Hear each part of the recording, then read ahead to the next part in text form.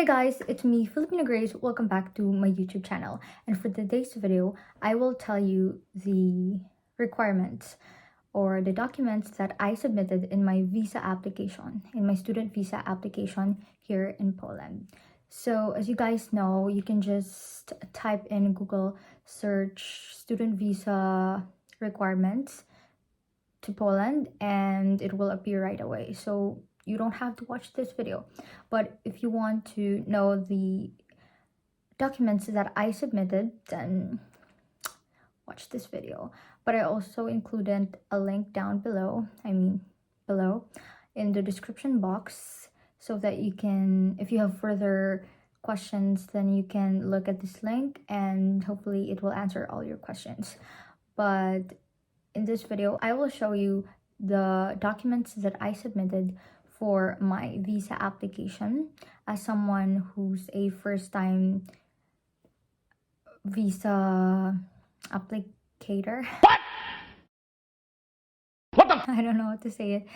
It was my first time to process student visa, and I got approved for the first time. So let me tell you the documents you need to have in order to get approved, hopefully. So let's go. So first is you need to have a cover letter. In the requirements from the website, they do not need a cover letter. But for me, I did a lot of research and I found people who did cover letters, because cover letter is like an overview of your visa application. And then I also submitted a completed and signed Poland student visa application form, and then my passport. So I made photocopies, of course. Then my birth certificate, the original and the photocopy, and valid ID, and 2 recent passport size pictures. So for the valid ID, I just submitted a postal ID and school ID because I was studying in a university in the Philippines and I had my school ID from there. So I submitted that and postal ID.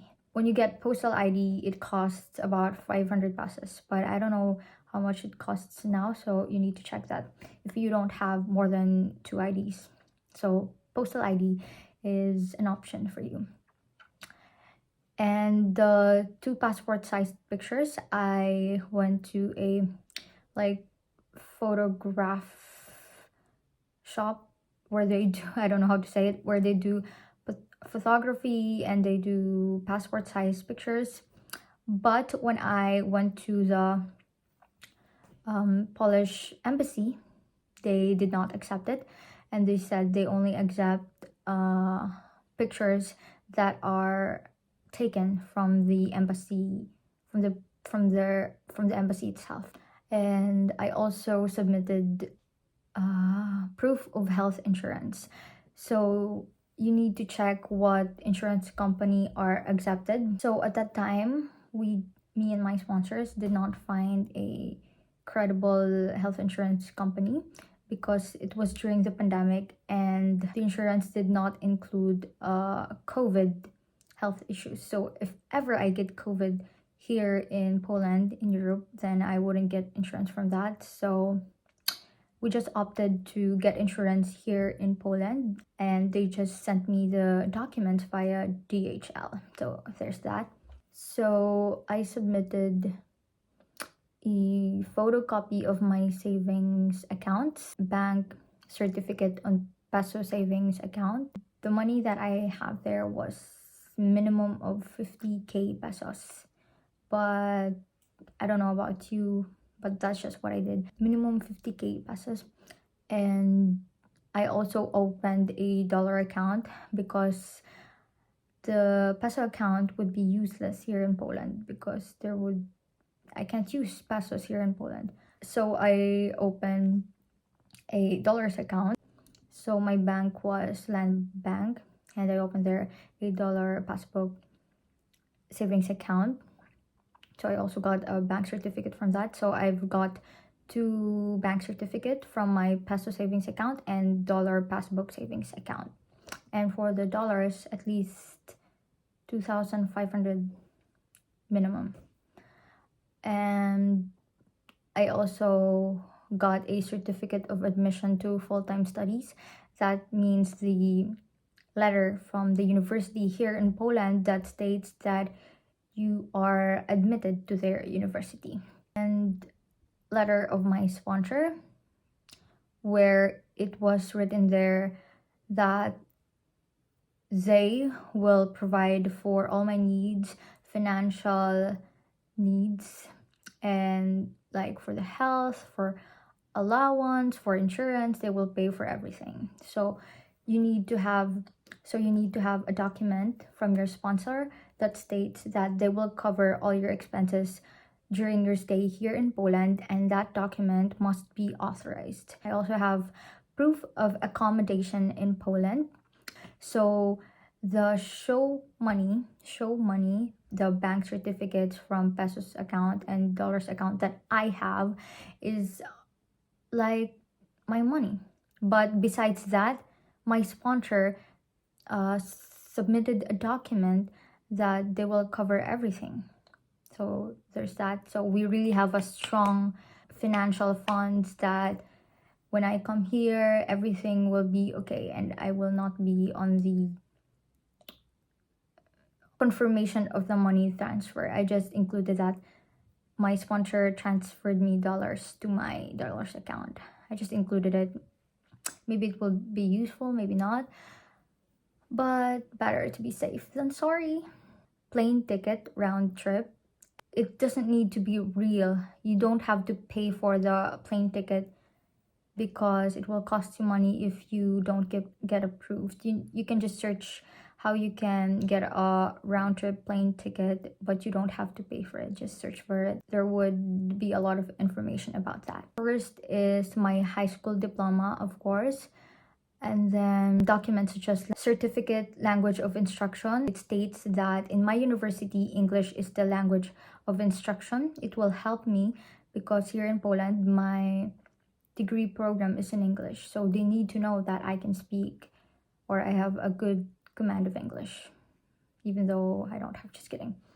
Then is good moral certificate from my college, and also I got a language proficiency certificate from IELTS, and that's another story. And I paid around 12,000, not including the hotel, because I was far away from the testing center. So you need to have that because I will be taking an English degree program here in Poland. It's my degree program is global communication. It is an English degree program combining linguistics and cultural knowledge. So I must have at least B2. So I took the exam, paid around 12,000 for that exam, excluding the hotel, the travel expenses, But that's another story. Maybe I will do another video for that if anyone is interested, and if not, then whatever. And next is parents' consent. So my parents wrote that they consent me to study here in Poland, and they would provide me with emotional, financial support as much as they can. And we also went to the notary office to have it notarized. I don't know if that is the exact term, but we also authorized the document. And then the parents' consent was in English and in Filipino. And I also printed my parents' ID, voter's ID to be exact. I don't know why I also provided their ID, but just to be sure that I have parents. Just kidding. Next is proof of payment for 1 year of study paid by my sponsors. So I also included the document where my sponsor paid for my 1 year of study here in Poland. So I included that document and certificate of payment from my university.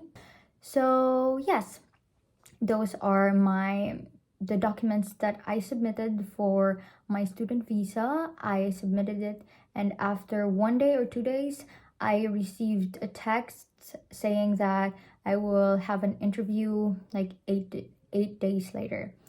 So yes, I went to the interview, and I did an interview. I also have a video about my student visa interview.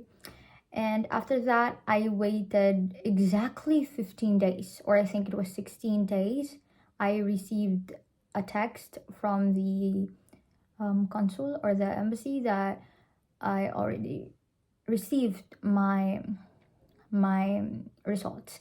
So I went to the consulate, I don't know how to pronounce it. And then yes, I got approved. It was my first time processing student visa. I'm so lucky that I never have to reappeal or to appeal the decision, because I got approved for the first time, and I'm so thankful. And hopefully you will be approved too. Just keep on praying, and if it's God's will, then it will happen. So thank you for watching this video, and see you in my next video. Maybe on my next video I will talk about the cover letter, how I made my cover letter, and yeah, how the format. So yeah, bye. Thank you for watching.